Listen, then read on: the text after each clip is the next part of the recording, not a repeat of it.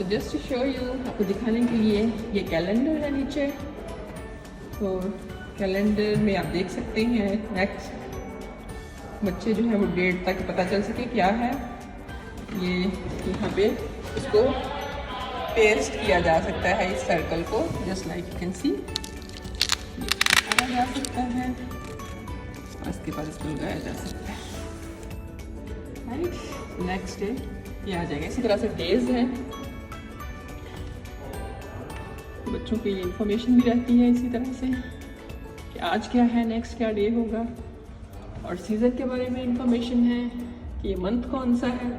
So it's helpful. तो ये बनाए हुए हैं ऑलरेडी, इसी में से फिर हम सिलेक्ट करते हैं और आगे लगा सकते हैं। यू कैन सी ये डेट्स हैं, क्या वेदर कैसा है, और ये सीजन्स और month. It's so helpful. This is the chart in class. तरह से आइडिया, ये आइडिया है कि किस तरह से आप अपना टाइम टेबल शो कर सकते हैं। बहुत बड़े बड़े चार्ट्स बनाने की बजाय आप ये बना सकते हैं, और ये चेंजेबल है, इनको यहाँ से निकाला जा सकता है। टाइम की अलग है,